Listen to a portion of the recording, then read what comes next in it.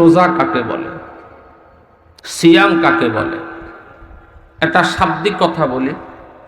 কোরআন শরীফে আসছে সিয়াম, বাংলা অনুবাদ হয়েছে রোজা। তাই রমজান মাসে রোজা রাখি এই কথা বলার মধ্যে কোনো দোষ নেই, এটা অনুদিত শব্দ। কোরআন শরীফে আসছে সালাত, হাদিস শরীফে আসছে সালাত। আমরা যদি বলি মাগরিবের নামাজ আদায় করি, এই কথার মধ্যে কোনো দোষ নেই, এটা ভাষাগত অনুবাদ, অনুদিত শব্দ ব্যবহার করি। কথা কর না ঠিক নেই? এই কথা যদি বুঝি তো হাদিস শরীফে আসছে লাইলাতুন নিসফে মিন শাবান, শাবানের 14তম দিবসের দিবাগত রাত। আরবি শব্দ আসছে, কেউ যদি এটার বাংলা অনুবাদ শবে বরাত বলে, এই বলার মধ্যে কোনো দোষ নাই, বলতে পারে। কথা কোনো ঠিক কিনা? তাই এটা নিয়ে ফেসবুকে লেখালেখি করার কিছু নেই, এটা অনুবাদের শব্দ। যেমন কোরআন শরীফে আল্লাহ পাক বলছেন লাইলাতুল কদরে, আমরা বলি শবে কদর। লাইলাতুল কদরকে শবে বরাত করতে কোনো অসুবিধা আছে না? কথা কর না, রেওয়াজ চলছে। শব্দগত এই অনুবাদের দ্বারা কোনো ক্ষতি হয় না, তাই শবে বরাত নাই এই জাতে স্ট্যাটাস দেওয়ার মধ্যে কোনো যুক্তিকতা নাই, এটা বেকুবি ছাড়া কিছু নয়। বাকি শবে বরাতের ফজিলত সাবেত আছে কিনা, এটা বড় ওলামা ইকরাম এটা নিয়ে বিবাদ করবেন। আমরা নিঃসন্দেহে তাআমুলে সালাফ দীর্ঘকাল থেকে চলে আসছে, কমপক্ষে 10 জন সাহাবী থেকে শবে বরাতের হাদিস সাবেত আছে, এটার আমল সাবেত আছে। তাই এটা ভিত্তিহীন ভিত্তি আছে, তবে বাড়াবাড়ি করার অনুমতি নেই, এতটুকু পর্যন্ত যথেষ্ট। ঠিক আছে নি কথা? তো বলতেছি আল্লাহ পাক রোজাকে ফরজ করছে, এই কথা কবে আল্লাহ পাক মায়ার বাসাটা কি করল? রোজা কাকে বলে? সবহে সাদেক থেকে সূর্য অস্ত যাওয়া পর্যন্ত 3টা বস্তু থেকে বিরত থাকা রোজার নিয়তে। আমার সাথে বলেন, সবে সাদেক থেকে সূর্য অস্ত যাওয়া পর্যন্ত 3টা জিনিস থেকে রোজার নিয়তে বিরত থাকা, এটার নাম হলো রোজা, আরবিতে বলে সিয়াম। 3 জিনিস কি? ফানাহার, স্ত্রী সহবাস। ফানাহার, পান আহার, স্ত্রী সহবাস। আকল শুরব বেআল, এই 3 জিনিস থেকে রোজার নিয়তে বিরত থাকার নাম হলো রোজা, সিয়াম। রোজার নিয়ত ছাড়া সারাদিন উপবাস থাকলে সিয়াম হবে না, রোজা হবে না, এটা ক্ষুধার্ত থাকা হলো, রোজার নিয়ত লাগবে। বাকি এই নিয়ত নিয়ে বাড়াবাড়ি নেই। নোয়াখালীর অনেকে আছে আরবি নিয়ত না ফেললে মনে করে রোজায় হয় না, তো এটা শিখবারলে ধারে ধারে ঘুরে শিখতে যাই উল্টা ফলে কর নাওয়াইতু আন আসুম্মা গাদান মিন শাহরে রমাদান আল মুবারক। কয়নি কিয়া কয় নাওয়াইতু আন আসুম্মা গাদান। ছোট্টবেলা আমরাও পড়ছি শব্দ কি আসুম্মা না আসুমা? কথা কর না, আসুমা কথা। এটা না জানলে না ফাইললে সওয়াবের মধ্যে 1 জাররা কোনো কমতো না, আর এটা জানি ফললো সওয়াব কোনো কিনিও বাড়ত না। কথা কর না। নিয়ত মানি হলো অন্তরের ইচ্ছা। ভোর রাত্রে আমরা সেহরি খাওয়ার জন্য উঠছি কেন? কথা কর না। ভোর রাত্রে সেহরি খাওয়ার জন্য উঠছি কেন? তো নিয়ত তো আমার লগে আছে, এটার কি আমার আল্লাহ দন লাগবো নি? তাহলে আল্লাহ দন ছাড়া নিয়ত চলে, ঠিক আছে নি কথা? এটার নাম রোজার নিয়ত। আবার রোজার নিয়ত না হাইলে হুজুরে কইছে রোজার নিয়ত হইতে হইব, রোজার নিয়ত মুখস্থ করার লাগবো, এই জামিলাত পড়িয়েন না। তদ্রূপভাবে একটু আগে আমরা কোন নামাজ পড়ছিলাম? আজানের সাথে সাথে মসজিদে গেছি কেন? কথা কর না। বাকি নামাজ পড়ার জন্য তো। নিয়ত কি আলাদা আছে না লগে লগে আছে? তাই ইমাম রুকু চলে যাওয়ার পরে নাওয়াইতু আন উসাল্লিয়া লিল্লাহি তাআলা সালাসা রাকাতিল মাগরিব, শুদ্ধ ফারিয়েন না কা ঘন ঘন করে পড়তাম গেছে, যত ঘন পড়ে তত আতে ঠেঙ্গে আইলে ঠিক হয়। ফলে ইমাম রুকুর থেকে মাথা উঠে ফেললো, রাকাত হারায় ফেললাম। বেহুদা একটা কামের পিছনে পড়ি রাকাতের ফজিলত থেকে বঞ্চিত হয়ে গেছি, এটা একদম বেহুদা কাম। নিয়ত আমার সাথেই আছে। তাহলে আজকে থেকে আরবি নিয়তের বিড়ম্বনায় পড়ি, নামাজ নষ্ট করতাম না ইনশাআল্লাহ। রোজার নিয়তে বিরত থাকা 3 জিনিস থেকে, তার মধ্যে একটা বড় জিনিস হলো ফানাহার থেকে বিরত থাকা, তৃতীয় হলো স্ত্রী সহবাস। খাদ্যটা বানাইছে কে? খাইবার শক্তি কে দিছে? খাওয়াই বেল্লা দাঁতগুলো দিছে কে? খাওয়ার স্বাদ বুঝবেল্লা জিহ্বাতে মজাটা দিল কে? নাড়িতে হজমি শক্তি দিছেন কে? তো সব যখন তিনি দিছে, খাইতো কা মানা করল?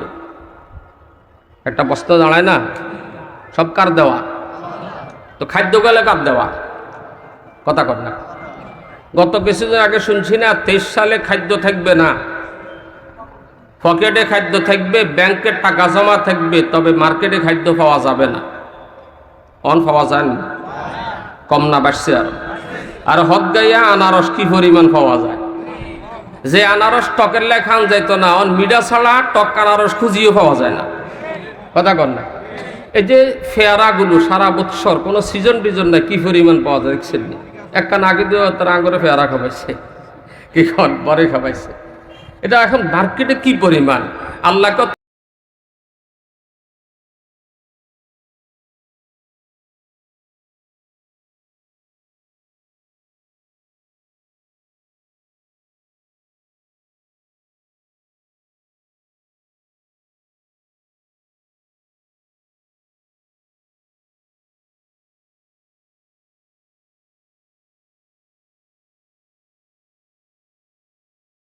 অভাব নেই।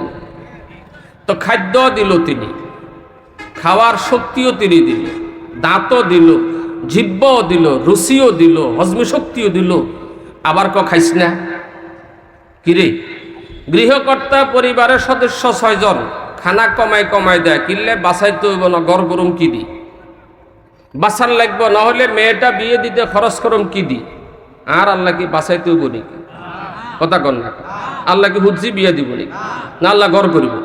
তো আঙ্গুর খাইতে মানা করলো, খানাও তিনি দিল এবং পর্যাপ্ত দিচ্ছে। আজ থেকে 50 বছর আগে আল্লাহর কসম এই এলাকার মানুষ 3 বেলায় ফ্যাট ভরি খাওয়ার ব্যবস্থা করতে পারত না। চা নাস্তা বিস্কুট ফল ফ্রুট এরা সোনার হরিণ ছিল, এই দেশে এটা খুঁজে পাওয়া যেত না।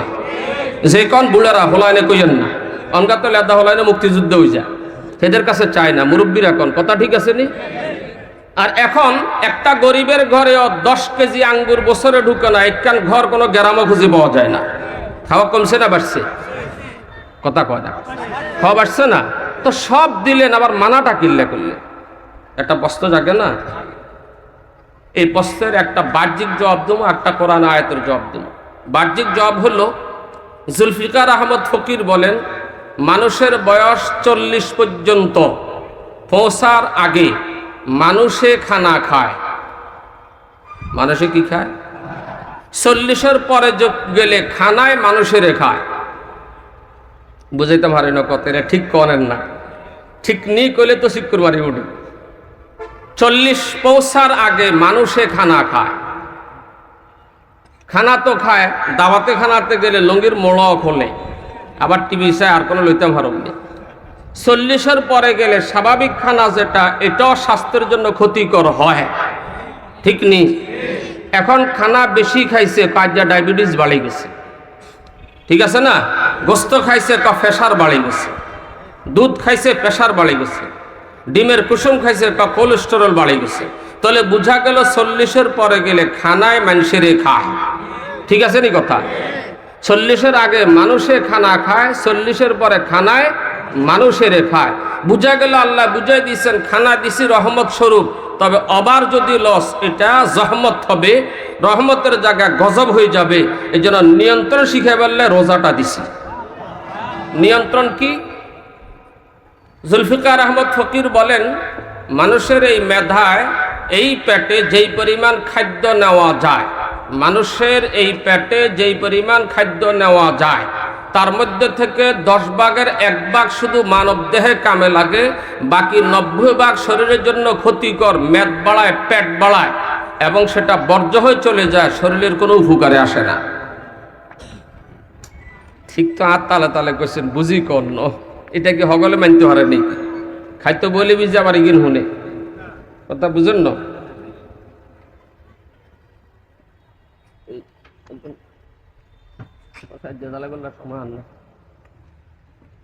এটা ছোট্ট কথা বলি।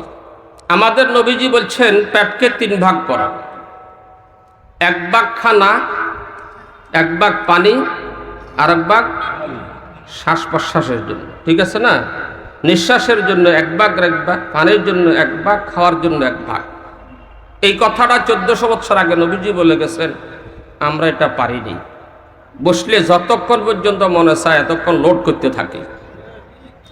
তো জুলফিকার আহমদ ফকির বলেন, লোড তো করছো, তোমার কাজে লাগছে কদ্দুর, এটা শুনছ?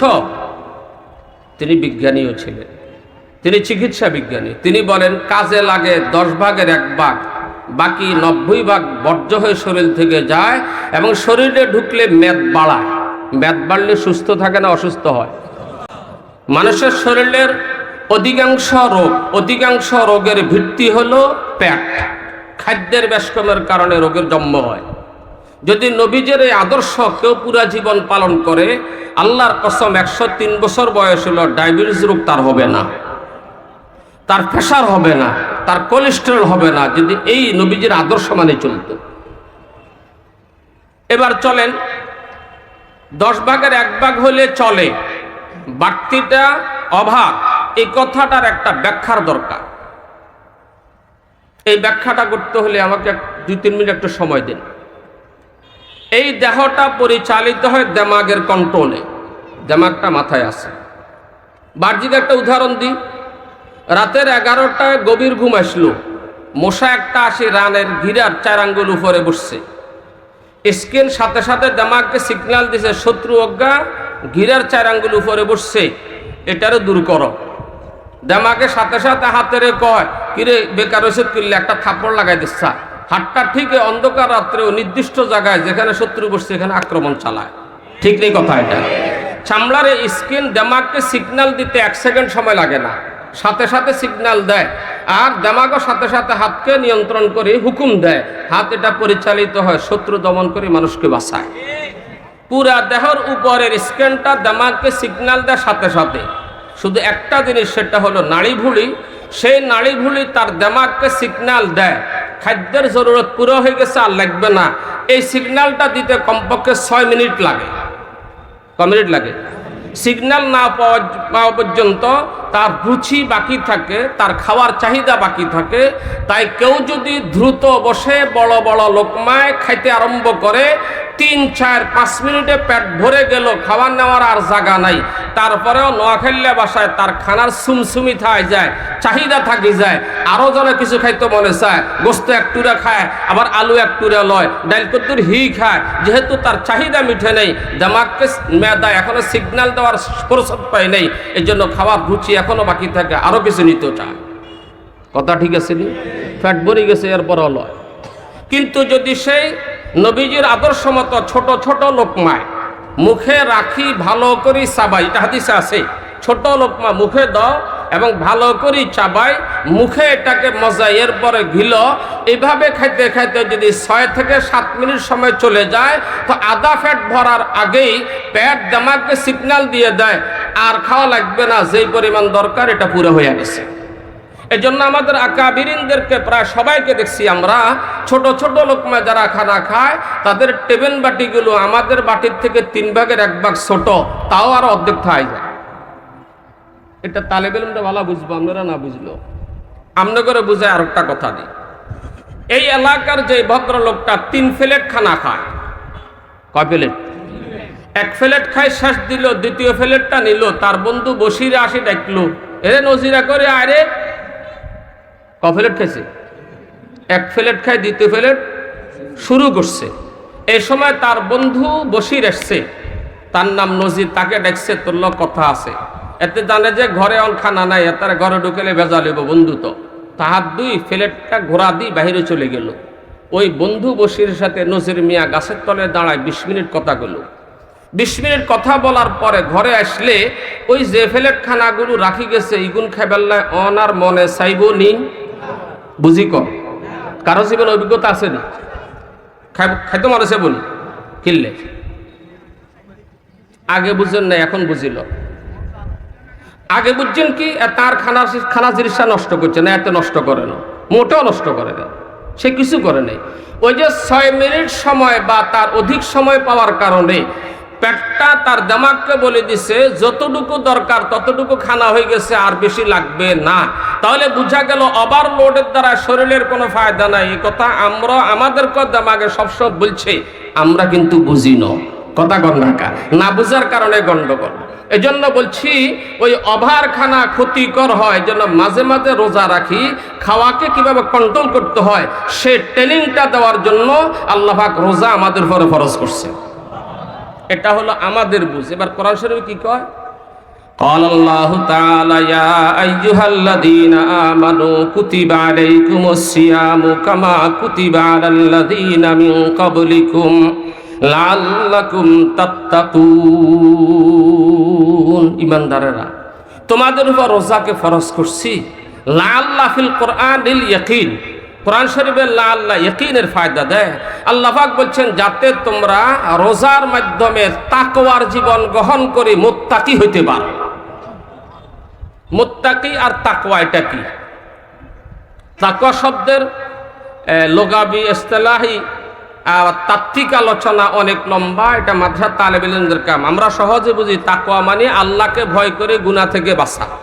বলেন তাকওয়া মানে আল্লাহকে ভয় করি গুনাহ থেকে বাঁচা, সহজ তরজমা করি।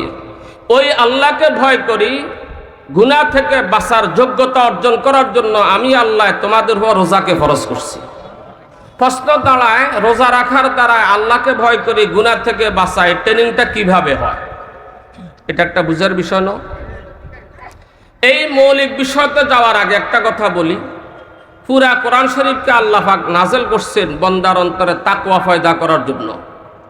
তাকওয়া মানে কি কইছি? কার ভয়? কথা কর না, কার ভয়? পুরা কোরআনকে নাযিল করছি আল্লাহর ভয় তোমাদের অন্তরে পয়দা করার জন্য। কোথায় আছে? আল্লাহ পাক বলছেন আলিফ লাম মিম যালিকাল কিতাবু লা রাইবা ফীহি হুদাল লিল মুত্তাকিন। আসেনি কোরআন শরীফে? কোরআনকে নাযিল করছে আমি মুত্তাকিদের হেদায়েতের জন্য, মানে কোরআনের হেদায়েতের উপর চললে বান্দা মুত্তাকি হওয়া যাবে। কোরআন নাযিল করার মাকসাদ হলো বান্দাকে মুত্তাকি বানানো। এবার আসেন, কোরআনের পরে যে জিনিসটা আমাদের সামনে আল্লাহ পাকের পক্ষ থেকে আমাদের মুহসিনে আজম হয়ে আসছেন, তিনি হলেন আমাদের নবী জনাব রাসূলুল্লাহ সাল্লাল্লাহু আলাইহি সাল্লাম। আল্লাহ পাক বলেন আমার নবীকে তোমাদের কাছে প্রেরণ করছিলাম, সেটা উদ্দেশ্য ছিল সাহাবায়ে কেরামের অন্তরে আমার তাকওয়া, আমার ভয়টা যাতে সৃষ্টি করতে পারে। তাহলে কোরআন নাযিল করার মাকসাদ ছিল তাকওয়া, নবী প্রেরণ করার মাকসাদ হলো উম্মতের অন্তরে তাকওয়া পয়দা করা। এটা কোথায় আছে? আল্লাহ পাক কোরআন শরীফে উলাইকাল্লাযীনা ইমতাহানাল্লাহু কুলুবাহুম লিত্তাকওয়া। আমার নবী ওস্তাদ পড়াইছে ছাত্রদেরকে, নবীর ছাত্রদের নাম হলো সাহাবা। বিষয় কি ছিল? নামাজ কোনো বিষয় নয়, সিয়াম কোনো বিষয় নয়, হজ কোনো বিষয় নয়, যাকাত কোনো বিষয় নয়, বিষয় হলো তাকওয়া। বিষয় হলো কি? কোন ওস্তাদ যদি কোনো বিষয়ে কোনো সাবজেক্টে কোনো তালেবে ইলমদেরকে ছাত্রদেরকে পড়ায়, পড়ানো শেষ হলে এরপরে তার পরীক্ষা নেওয়া হয়, এরা এই সাবজেক্টে কতটুকু জ্ঞান অর্জন করছে পরীক্ষা নেয়। আদর্শ প্রতিষ্ঠানে শিক্ষক নিজে পরীক্ষা নেয় না, পরীক্ষা তৃতীয় একজনকে দিয়ে নেয়, তাহলে সঠিক রিপোর্টটা আসবে। আল্লাহ তাআলা বলেন আমার নবী মাহবুব ওস্তাদ ছিলেন, আমার নবীর ছাত্র ছিল সাহাবায়ে কেরাম, সাবজেক্ট ছিল তাকওয়া। সে তাকওয়া কি পরিমাণ আবু বকরের অন্তরে ঢুকছে, সেই তাকওয়া কি পরিমাণ ওমরের অন্তরে ঢুকছে, সেই তাকওয়া কি পরিমাণ সেই ওসমানের অন্তরে ঢুকছে, সে তাকওয়া কি পরিমাণ আলীর কলবকে জয় করতে পারছে, তালহা জুবাইরের কলবকে জয় করতে পারছে। পরীক্ষা নেওয়ার জন্য আমি নবীকে বলে নেই, ডাইরেক্ট আমি আল্লাহ আমার নবীর ছাত্রদের পরীক্ষা নিয়েছিলাম। উলাইকাল্লাযীনা ইমতাহানাল্লাহু কুলুবাহুম লিত্তাকওয়া। প্রশ্ন হয়তো আল্লাহ আপনি কি পাইছেন পরীক্ষা নিয়ে? আলজামাহুম কালিমাতাত তাকওয়া। সুবহানাল্লাহ। আমি পরীক্ষা নিয়ে দেখলাম সব সাহাবীদের অন্তরে তাকওয়া মজবুত হয়ে বসে গেছে। তোরা সাহাবীরা পাস করছে তো না? কার পরীক্ষা? পড়াইছে কে? নবী। পড়াইছেন কে? পরীক্ষা লইছে কে? তাহলে এই পরীক্ষা তো 2 নম্বরে নাই তো না, খাতিরলা তার কারবার আছে নাকি? তো কয় ওকে আল্লাহ পরীক্ষা পাস করলে তো পুরস্কার দিতে হয়। আপনি কি দিছেন? দিছি। রাদিয়াল্লাহু আনহুম ওয়া রাদু আনহু। সব সাহাবী বেলা ফারকে মারাতিব, ফতহ মক্কার আগে মুসলমান হোক আর পরে মুসলমান হোক, নবীর সোহবত পাই, নবীর শিক্ষা যারা অর্জন করছে, আমি আল্লাহ ঘোষণা দিলাম আমি তাদের সবার উপর রাজি হয়ে গেলাম। রেজার দৌলত জানি কত বড়। ওয়ারিদওয়ানুম মিনাল্লাহি আকবার। তোমরা তো জানো না, কিয়ামতের দিন বুঝে আসবে আমার সামান্যটুকু সন্তুষ্টিও লাখো কোটি নিয়ামতের চেয়েও দামি। তাহলে আমরা বিশ্বাস করি সকল সাহাবীদের উপর আল্লাহ পাক রাজি। কোন সকল সাহাবীদের উপর আল্লাহ পাক? তাই সাহাবী আমাদের সমালোচনার ঊর্ধ্বে। বলেন, সাহাবীরা আমাদের সমালোচনার কিল্লে, তাদের উপর কি রাজি? কথা কর না, কোথায় আছে? কোরআন শরীফ আছে না? আল্লাহ যাদের উপর রাজি, বান্দার কি ক্ষমতা তার সমালোচনা করার। এই জন্য বেলা ফারকে মারাতিব সব সাহাবী উম্মতের সমালোচনার ঊর্ধ্বে। তাহলে কোরআন নাযিল করছে, তাও ছিল তাকওয়া মাকসাদ। বলেন না, নবীকে প্রেরণ করছে, তাও উদ্দেশ্য ছিল খোদার ভয় অন্তরে সৃষ্টি করা। হজ আল্লাহ পাক ফরজ করছেন। আল্লাহ পাক কোরআন শরীফে বলেন, ওয়া তাযাব্বাদু ফাইন্না খায়রাজ যাদিত তাকওয়া। হজের জন্য সম্বল সংগ্রহ করো। তবে টাকা পয়সার সম্বল তো আছে, লাগবে। বড় সম্বলের নাম হলো তাকওয়া। আগে অন্তরে খোদার ভয় সৃষ্টি করো, তারপরে মক্কা শরীফ হজ করিবার লাই যাও।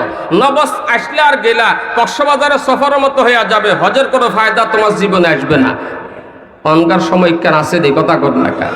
হাতে সে কুত্তাল্লাজের মতো আগে যেমন ছিল এখনো তেমন, শুধু একটা কি কয় এটারে, একটা সফর করে আসলো, আরে দেখুন পিকনিক করে আসলো না।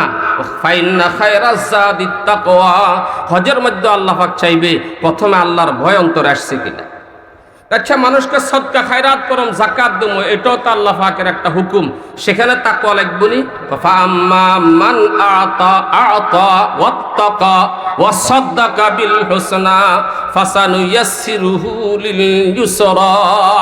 আল্লাহ কয় যারা দান খায়রাত করে, সে সময় আমার ভয় অন্তরে রাখে, আমার নাম পত্র পত্রিকায় উঠবে, ইউটিউবাররা আমার নামে প্রচার করবে অমুক বড় দাতা, আমার সেখানে ভিক্ষা নেওয়ার জন্য হাজার হাজার ভিক্ষুকরা কাতার ধরে দাঁড়াইছে, এটা আবার ছবি আইবে, ধাক্কা ধাক্কি করে দুই একজন মরলে কোম্পানি আরো খুশি, কারণ নো মূল্য তো পত্রিকা আইতো না, এবার পত্রিকা লেখালেখি চলবে।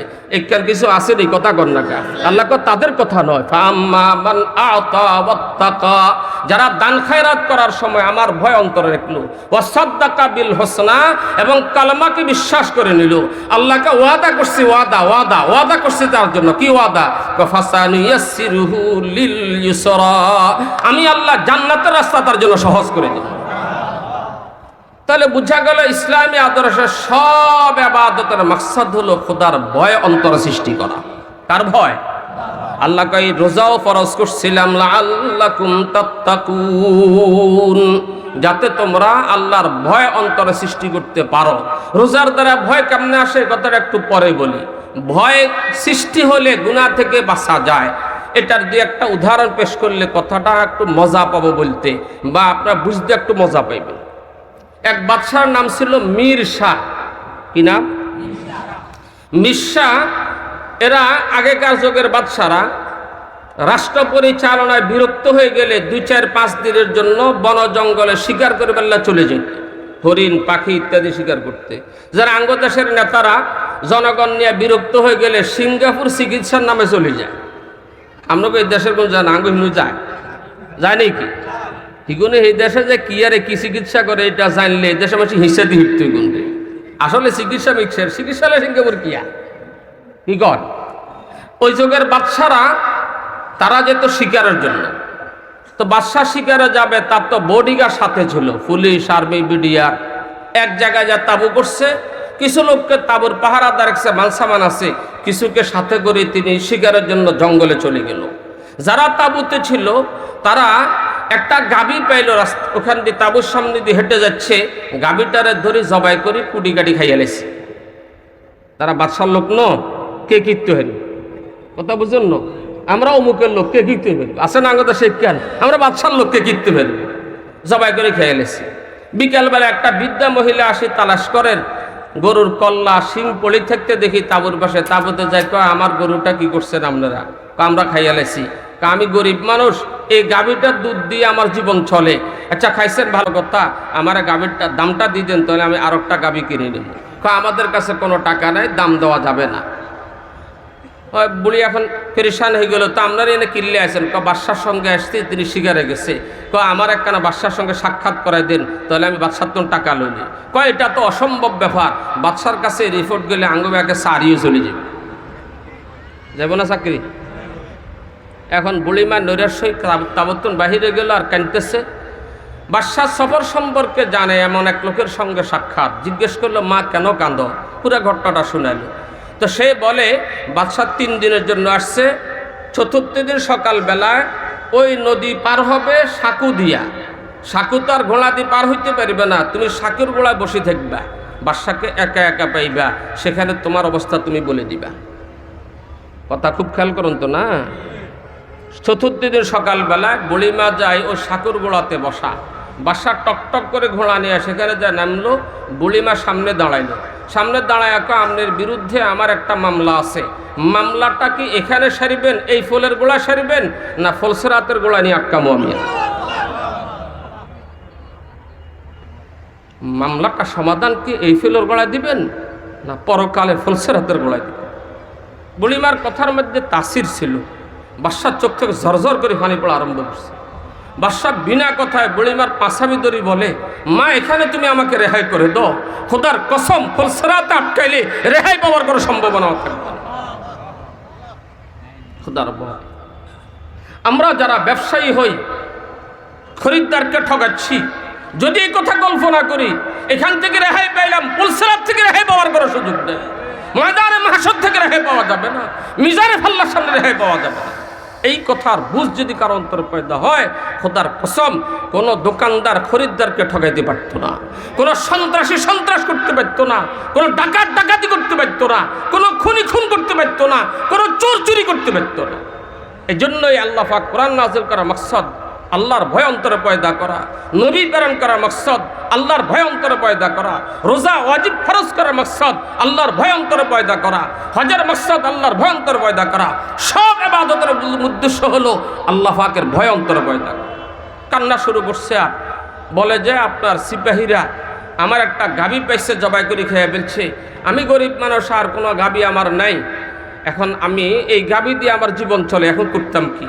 বাদশাহ একে একে 60টা গাভীর টাকা দিয়া মাকে সন্তুষ্ট করে বলছেন, খোদার কসম করে বলেন, কিয়ামতের ময়দানে আমার কোনো আর আটকাইবেন নি, কোনো আর আটকাইতাম না। তারপরে যে বাদশাকে সেখান থেকে ছেড়ে দিয়েছে। কিতাবে লিখেছে, একজন আব্বা গ্রামের পকেট মারি করত, মানুষের গাছ থেকে আম পাড়ত, কাঁঠাল পাড়ত, চুরি করত। এইখান ফাতালতা চোর আছে না, আজকাল কমে গেছে, কারণ এখন জাতীয় চোর বাড়ি গেছে, এখানে খবর কে লয়। এক কলমের খোঁচা যে হাজার হাজার কোটি টাকা মারতে হরে, এনে 10 টাকার কাণ্ডলের কোনো দাম আছে নাকি? কথা কর না। এখন তো জাতীয় চোর চলছে, এখন হেতি চোর নাই, জাতীয় চোররা সম্মান পায়, হেতি চোরে কনি খায়। কথা কর না। বাজারে পকেট মার ধরা খাইলে ব্যাকে উপকা কনি লাগাইতে যায়, কিরে কই যাস, কেন আতসুক করিয়া আতে হিরি হিরিয়া, ঠিক নি কথা এটা। ব্যাগে আগো হাবিল্লা মেজবা সাহুজুর করতো, চোর ধরা পড়ছে, এখন বাফুত ওড়াত করে হদারে বাড়ির দিকে যার আগে যোগের সিস্টেম আরি, বাপের মাথা তোড়া, অন শরীরের মাসে কিলার আর হুতরে আর ওড়াগা দর কিনলে কাকান আতসুক করিয়াই আমার হাতে একখানা ফিনফিনার বিড়ের ভিতরে যান কোনে মারতে গেল, আরেকজনে ঘুষিও তার নাকের ভরে পড়ছে, রক্ত বাড়ি চলিয়েছে। কি ব্যাপার? আতসুকের আগে নাকসুক হয়ে গেছে। কথা কর না। এটা হলো 10 টাকা 20 টাকা চোরের বেলায়। আর যারা কোটি কোটি টাকা চুরি করে তারা প্রাইভেট আর ফাজার গাড়িলে দেশে আসে, গ্রামের মানুষ তাদেরকে সিলেট দিতে দিতে বেদিশা। মনে রাখা দরকার, কোনি আছে এই জগতে নইল হরের জগতে। কথা কর না। এই সরকারের আমলে না হলেও পরের সরকারের আমলে কোনি থেকে বাঁচার কোনো উপায় নেই, ভয় রাখতে হবে, একদিন ছাড়াছাড়ি নেই। বুঝেন না কথা? কিতাব কদিন এক ঘটনা ঘটছিলাম, এক কসাই বুঝেন না, গরু কাটি জবা টবা করি বেছে, সব বিক্রি করি বিকেলবেলায় দোকান বন্ধ করে চলে যায়, গায়ে রক্ত রক্ত লাগিয়ে রয়েছে। তো হঠাৎ করে একটা লোক দৌড়ে আসি, আমারে বাসান করে চিৎকার করি, কষায় আসি জড়াই দিল। কষায় তাকায় দেখে তার বুকের মধ্যে একটা ছুরি মারা, কে জানে তার উপরে হামলা করে ছুরি মারছে, তার কলিজার সব ছিঁড়ে গেছে। এই অবস্থায় কসাই দয়ালু তাকে জড়াই দিল, ছুরিটা সরাইলো, তাকে বাঁচাবে। এই অবস্থায় ওই লোকটা মরে গেল। কথা কর। এখন যারা ওখানে আশপাশে ছিল সবাই দেখলো ছুরিটা কসাই রাতে। কথা কর না। সামনের লোকটা আহত, ছুরির দ্বারা তার ক্ষতবিক্ষত হয়েছে এবং রক্তগুলো কসাইয়ের গায়ে লাগায়। দোষীকে? মাশাআল্লাহ, বুঝছো তো না? আসলে কি কসাই দোষী নাকি? বাহ্যিকভাবে দোষীকে লোকজনে কসাইরা বাঁধি পুলিশের হাতে উঠে দিল। সাক্ষী সবুত যা পাইল সব কিছুর মাকসাদ, সব কিছুর শেষ কি? কসাইয়ে লোকটাকে হত্যা করছে।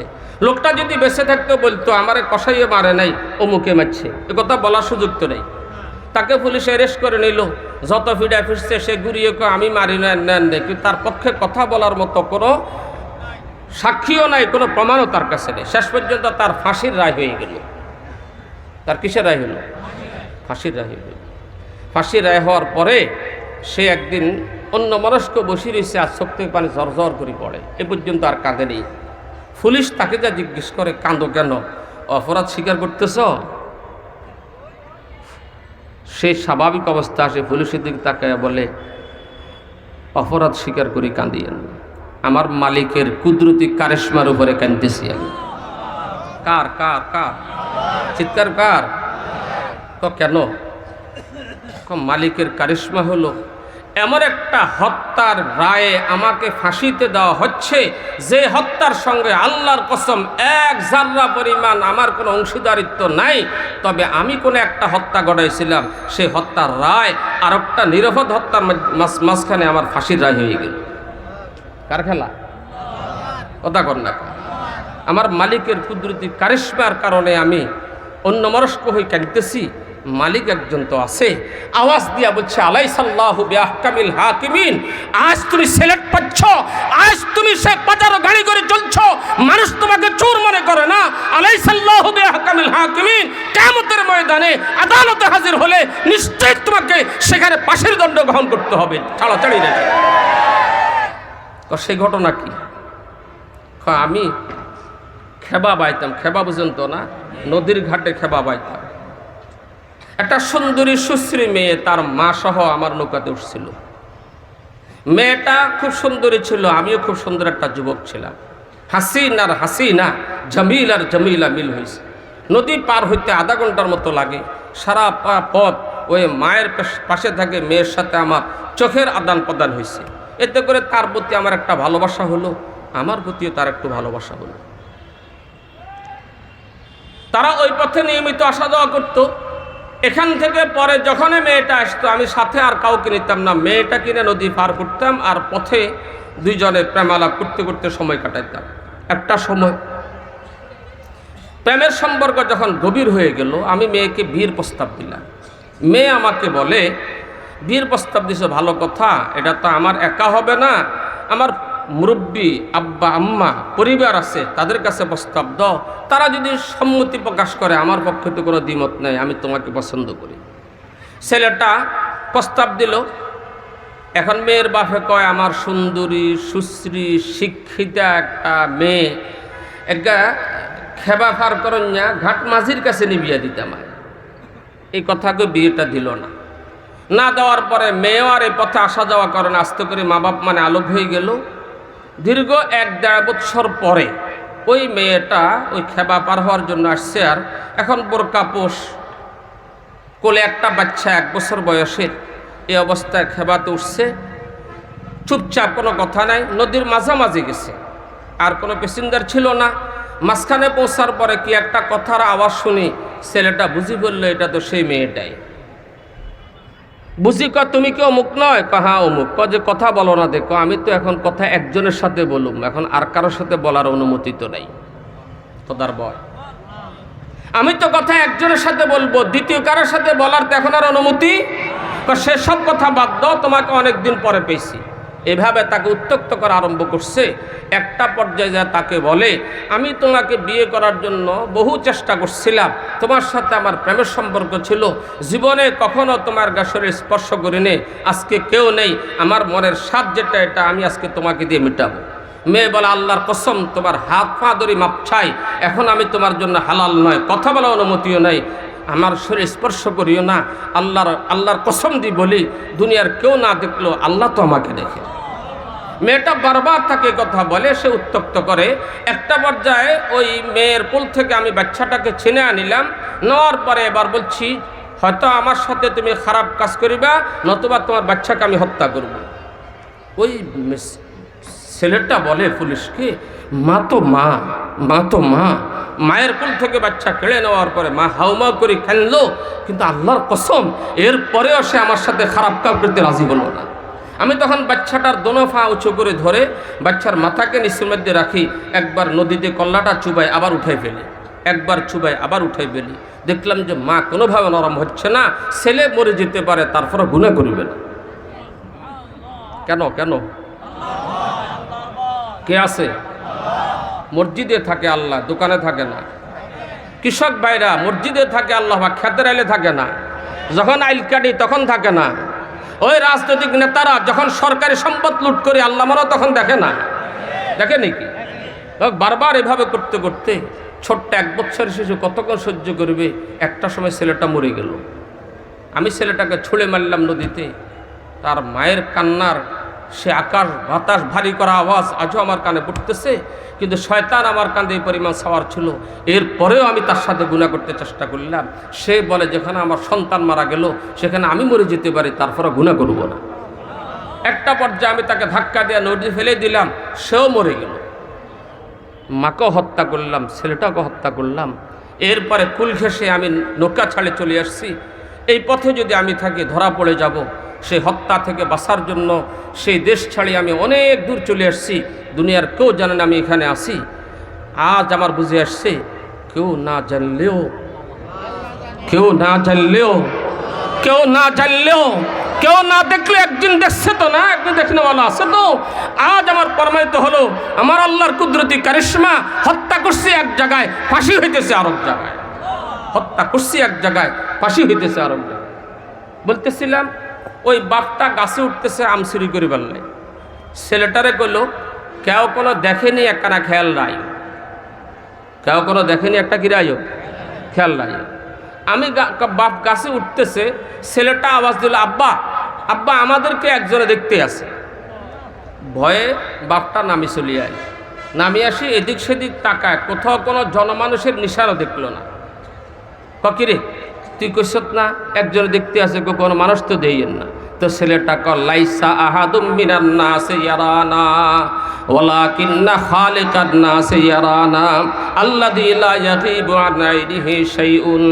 এরে আব্বা, দুনিয়ার কোনো মানুষ আমাদেরকে দেখতেছে না, কথা ঠিক আছে, তবে মানুষের সৃষ্টিকর্তা তো আমাদেরকে দেখতে আছে, যার চক্ষু থেকে কোনো জিনিস গোপন থাকে না। যদি এই পরিমাণ তাকওয়া অন্তরে আসে যে আল্লাহ আমাকে দেখে, এই কথা মনে করি কেউ যদি গুনাহ থেকে বাঁচে, আল্লাহ ওয়াদা দিয়েছেন, ওয়ালিমান খাফা মাকামা রাব্বিহি জান্নাতান। ফুলসিরাতের গোড়ায় আটকা পড়ে যাব, ময়দানে মাহশারে আটকা পড়ে যাব, মিজানের পাল্লার গোড়ায় আটকা পড়ে যাব। এই ভয়ে যদি কোনো বান্দা গুনাহ ছাড়তে পারে, আমি আল্লাহ ওয়াদা দিলাম, সাধারণ মানুষের থেকে ডবল জান্নাত তাকে আমি আল্লাহ দান করব।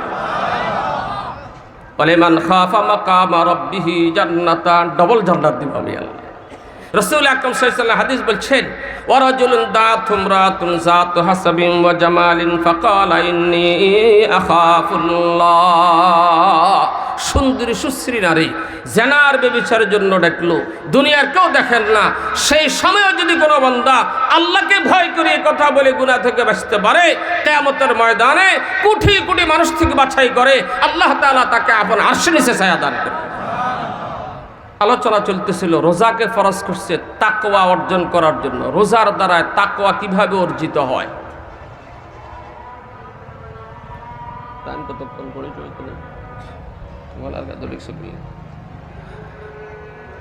নির্দিষ্ট সময় আজান হবে, আমরা উঠতে পারবো, কেউ উঠাউঠি করিয়েন না, আলোচনার নূর চলে যায় এটার দ্বারা।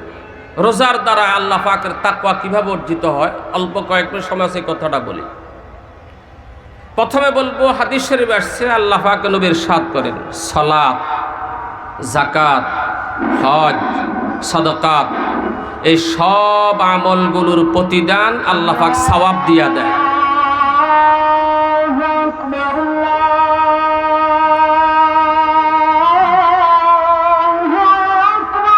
আল্লাহু আকবার, আল্লাহু আকবার।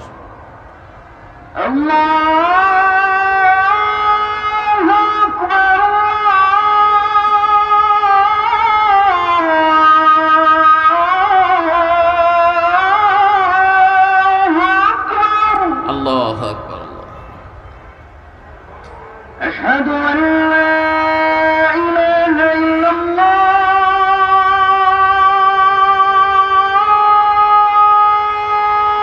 আশহাদু আল্লা ইলাহা ইল্লাল্লাহ আশহাদু আল্লা ইলাহা ইল্লাল্লাহ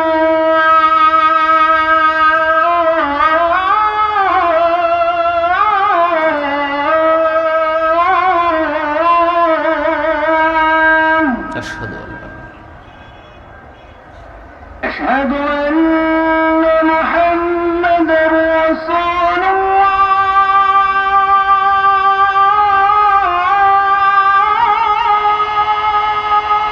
আশহাদু আন্না মুহাম্মাদার রাসূল أشهد أن محمدًا رسول الله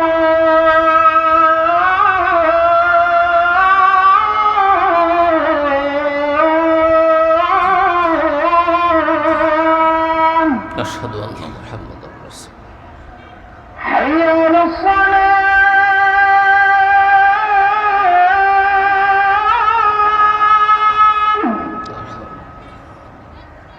حي على الصلاة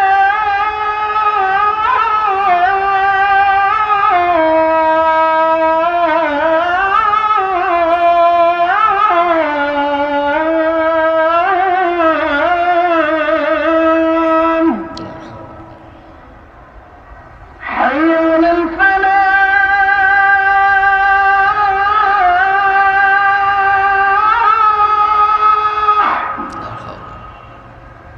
حي على الفلاح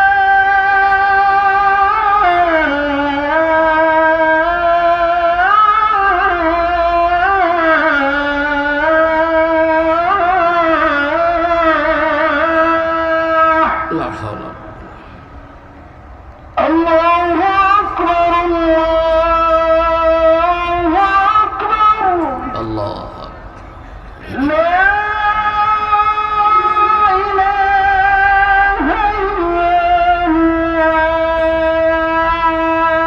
الله لا إله إلا الله اللهم صل على اللهم رب هذه الدعوة التامة والصلاة القائمة সব আমলের প্রতিদান সওয়াব দিয়ে দিই। কি পরিমাণ? 10 গুণ থেকে শুরু হয়। সুবহানাল্লাহ। প্রতিটি নেক আমলের সওয়াব 10 গুণ থেকে শুরু হয়, উপরে 700 গুণ পর্যন্ত দিই, এক হাদিস। কিন্তু রোজা, কিন্তু এটা এমন একটা আমল যেটার প্রতিদান সওয়াব দিই, ফেরেশতার মাধ্যমে দিই না। ফা আনা আজজি বিহি, এটার প্রতিদান স্বয়ং আমি আল্লাহ আমার কুদরতি হাতে দান করি। আল্লাহ পাকের হাত কত বড়, আল্লাহ কত বড়, কথা কর না, কোনো সীমা আছে? আল্লাহ পাকের হাতের ধারণ ক্ষমতার কোনো কি নেই, ধারণ ক্ষমতার কোনো সীমা নেই। তো মালিকের হাতে যদি প্রতিদান দেয়, কল্পনা করেন তো কত বিশাল হবে এটা। হাদিসের আরো ভারত ফা আনা উজজা বিহি, যদি বন্দা ইখলাসের সাথে রোজা রাখো, তাহলে আমি আল্লাহ ঘোষণা দিলাম, আমি আল্লাহ তোমার হইয়া যাবো, তখন থেকে তুমি আমার হইয়া যাবে। আমার আর তোমার অর্থ বুঝবাল্লা। ছোট্ট একটা ঘটনা বলি। বাদশাহ হারুন রশিদ একটা কালো কুশ্রী বান্দির উপরে আশেক ছিল। সুন্দরী সুশ্রী বান্দিরা সমালোচনা শুরু করছে, বেড়া কাউয়ালে আগল হয়েছে। সমালোচনা জবাবে জাতীয় দিবসে সব গভর্নরদেরকে দাঁড়া করাইল, রাজদরবারের সমস্ত গোলামবাদীকে দাঁড়ায় করায় কিছু মণিমুক্তা ছিঁড়ে দিল, ঘোষণা দিল যে যেটার উপরে হাত রাখবা সেই সেটার মালিক হয়ে যাবা। গোলামবাদীরা কাড়াকাড়ি শুরু করছে, দামি কোনটা যেটার উপরে হাত রাখা যায়। কিন্তু ও কালো কুশ্রী বাঁধিটা বাদশার পিছনে আসি আস্তে করে বাদশার মাথার উপরে হাত দিয়ে দাঁড়ায় রইল। বাদশাকে ফাগুলি যে বুচ্ছা বাড়িতে খানা নাই, একখান ব্যাকল মানুষ হয়নি, আজকে তুই কাড়াকাড়ি করে একটা লই না আলাবি এন্দি খাড়া রিসকা। আপনি কি কইছেন? কইছি যে যেটার উপরে হাত রাখবে সে সেটার মালিক হবে। আমিও তো একটার উপরে হাত রাখছি। কথা কন না, কোনটার উপরে হাত রাখছে? তাহলে আমি যখন বাদশার গায়ে হাত রাখছি, আপনি কইছেন যে যেটার হাত রাখবে সেটার মালিক হবে, আমি এখন বাদশার মালিক। তাহলে এই রাজকোষের লাখো কোটি হীরা মুক্তার মালিক আমি হয়ে গেছি। আমার আল্লাহ বলেন ফাআনা উজজা বিহি, তুমি যদি ইখলাসের সাথে রোজা রাখো আমি আল্লাহ তোমার হয়ে গেলাম। আল্লাহ এত সওয়াব কা ইয়াদাউ শাহওয়াতাহু ওয়া তুআমাহু লিআজলি, এ তাকওয়া। ইয়াদাউ শাহওয়াতাহু ওয়া তুআমাহু লিআজলি, নামাজ পড়ে মানুষকে দেখায় আল্লাহ। তাহাজ্জুদ পড়তে উঠছে, কলের ডান্ডালে খসর খসর করে, কিল্লারে মনে মনে ফাঁসের মানুষে ঘুম ভাঙলে করতে হারবো, বেটা তাহাজ্জুদ উঠছে। কথা কর না কা। হজ করতে জায়গাটা যাবার আগে গরু জবা করে 2000 মানুষের খাওয়াইছে, কিল্লায় আজকের থেকে মানুষ হাজি সাহেব কন শুরু করি। ঠিক আছে নি? সেই দেশে যা টেলিফোন করে অমুকখানে আমার প্রোগ্রাম আছে, কই দিও নামের সাথে আলহাজ লাগাবার না, আমি তো হজ করছি। ঠিক আছে না? নামাজ পড়ায় মানুষকে দেখায়, দান খায়রাত করে, শত শত ফকির দাঁড়ায়, ছড়ার তলে হলে মরলে আরো খুশিও। ঠিক আছে না? রোজা এমন একটা আমল যেখানে দেখাইবার কিছু নেই, যেটার কোনো টাইটেলও নাই। কেউ যদি ঘরের ভিতরে ঢুকি দরজা জানালা বন্ধ করে খানা খায় আর রাস্তায় এসে যদি বলে আমি রোজাদার, মানুষকে ধোকা দেওয়া যাবে? ধোকা দেওয়া যাবে না একমাত্র কাকে? চিৎকার করবেন কাকে? তাহলে রোজা এমন একটা আমল যেটা তাকওয়া ছাড়া রাখা যায় না, আল্লাহর ভয় ছাড়া রাখা যায় না। ঠিক কিনা? এই জন্য আল্লাহ পাক বলেন 30টা দিন তোমার অন্তরে আমি আমার তাকওয়া ফিট করার জন্য রোজা দিছি। খানার চাহিদা আছে, প্রচন্ড খিদা লাগছে, রোজা রাখতে কষ্ট হর, তারপরও খাচ্ছ না, কার ভয়ে? পানির পিপাসা লাগছে, রুটা বের হয়ে যাবে, তারপরে পানি পান করতেছে না, কার ভয়ে? প্রচন্ড জৈবিক চাহিদা আসছে, স্ত্রী কাছে আছে, সব কিছু করা যায়, করতেছে না, কার ভয়ে? এই জন্য আল্লাহ পাক বলেন রোজাকে ফরজ করছি, তাকওয়া যেটা আমার মাকসাদ, দুনিয়া চাষ করা যেটা আমার মাকসাদ, সেটা যাতে অর্জন করতে পারো, এই জন্য রোজাকে ফরজ করছি। এবার আল্লাহকে ইন আউলিয়াহু ইল্লাল মুত্তাকুন, যদি তাকওয়া অর্জন করে আসতে পারো তো তুমি আমার বন্ধু হয়ে গেলে। ইন আউলিয়াহু ইল্লাল মুত্তাকুন, কিয়ামতের দিন আমার মুত্তাকিরা আমার বন্ধু হবে। আল্লাহ বলেন ওয়াল আকিবাতুল লিল মুত্তাকিন, পরকালে সমস্ত নাজ নেয়ামত আমি তো মুত্তাকিদের জন্য বানাইছি। আল্লাহ বলেন ইন্নালিল মুত্তাকিনা মাফাজা হাদাইকা ওয়া আহনাবা ওয়া কাওয়াইবা আতরাবা।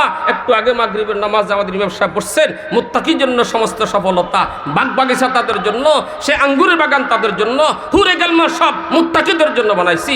আল্লাহ এমন তাকওয়া আমাদের সবাইকে নসিব করেন, আমিন কর না। আল্লাহ এমন তাকওয়া আমাদেরকে নসিব করেন।